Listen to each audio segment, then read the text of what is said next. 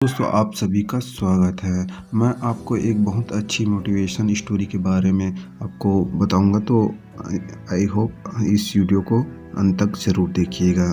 3 गुरु थे। बहुत बहुत समय पहले की बात है। किसी नगर में एक बेहद प्रभावशाली महान रहते थे।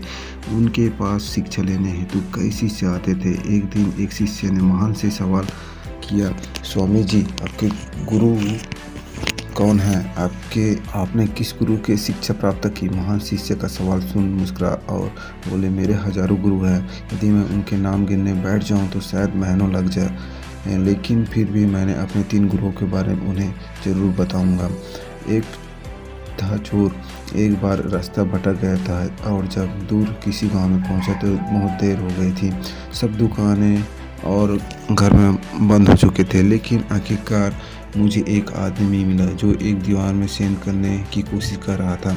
मैंने उसे पूछा कि मैं ठहर सकता हूँ, तो वह बोला कि आधी रात हो गया है, इस समय आपको कहीं आसरा मिलना बहुत ही मुश्किल होगा, लेकिन आप चाहे तो मेरे साथ ठहर सकते हो। मैं एक चोर हूँ। अगर एक चोर के साथ रहने में आपको कोई परेशानी नहीं होगी तो आपके मेरे साथ रह सकते हैं। वहाँ इतना प्यारा आदमी था कि मैं उसके साथ कोई 1 महीने तक रह गया। वहाँ हर रात मुझसे कहता है, मैं अपने काम पर जाता हूँ, आप आराम करो, प्रार्थना करो। जब वहाँ काम से आता है तो मैं उसे पूछता हूँ, कुछ मिला तुम्हें? वहाँ कहता है कि आज तो कुछ नहीं मिला, अगर भगवान ने चाहा तो जल्दी जरूर कुछ मिलेगा। वहाँ से कभी निराश और उदास नहीं होता था, हमेशा मस्त रहता था। जब मुझे ध्यान करते हुए सालों साल बीत गए और कुछ भी नहीं हो रहा था, तो कई बार ऐसे क्षण आते थे मैं इसको बिल्कुल हताश और निराश होकर साधना और न छोड़ने ही ठान लेता था। और जब अचानक मुझे उस चोर की याद आती तो रोज़ कहता कि भगवान ने चाहा तो जल्द ही जरूर मिलेगा। और मेरा दूसरा गुरु एक कुत्ता था। एक बहुत गर्मी वाले दिन में बहुत प्यासा था और पानी की तलाश में घूम रहा था कि एक कुत्ता दौड़ता हुआ वहाँ भी प्यासा था।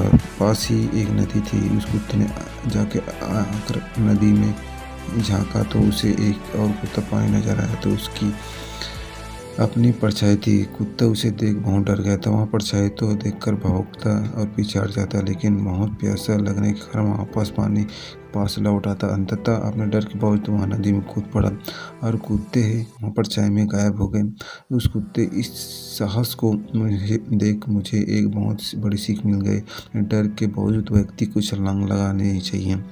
सफलता उसे मिलती है जो व्यक्ति डर के साहस का मुकाबला करता है। और मेरा तीसरा गुरु एक छोटा बच्चा है।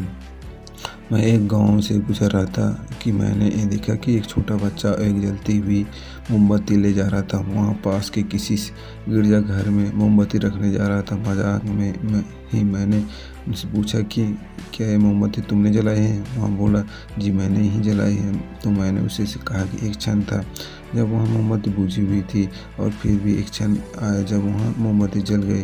क्या तुम मुझसे यहाँ स्रोत दिखा सकते हो? वहाँ से ज्योति आई। वहाँ बच्चा हंसा और मोमबत्ती की फूंकर मार कर बुझाते हुए बोला कि अब आपने ज्योति को बुझाते हुए देखा, कहाँ गई? वहाँ मुझसे ही बताइए। मेरा अहंकार जगना शुरू हो गया, मेरा ज्ञान जाता है और उसी क्षण मुझे अपनी ही मूर्खता का एहसास होता है। तब मैंने पूरे ज्ञान से हाथ धो लिए।